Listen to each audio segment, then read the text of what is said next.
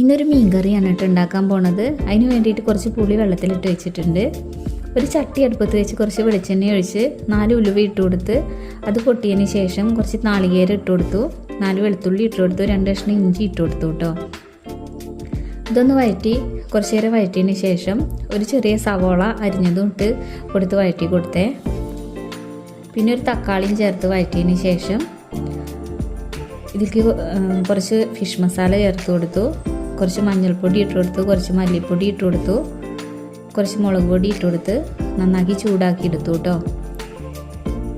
ഇത് തണുത്തതിന് ശേഷം ഒരു മിക്സീൻ്റെ ജാറിലിട്ടിട്ട് അരച്ചിട്ട് ചട്ടിക്ക് തന്നെ ഒഴിച്ചു കൊടുത്തു കേട്ടോ. പിന്നെ പുളിയും പിഴിഞ്ഞൊഴിച്ച് ഇത് കലക്കിയെടുത്തതിന് ശേഷം അടുപ്പത്ത് വെച്ചിട്ട് വീണ്ടും തിളപ്പിച്ച് അതിലേക്ക് മീൻ കഷ്ണങ്ങളും ഇട്ട് കൊടുത്തേ. ഇത് തിളപ്പിച്ച് വേവിച്ചതിന് ശേഷം 2 കറിവേപ്പിലയും ഇട്ട് കൊടുത്തു, കുറച്ച് വെളിച്ചെണ്ണ ഒഴിച്ചു കൊടുത്തു കേട്ടോ.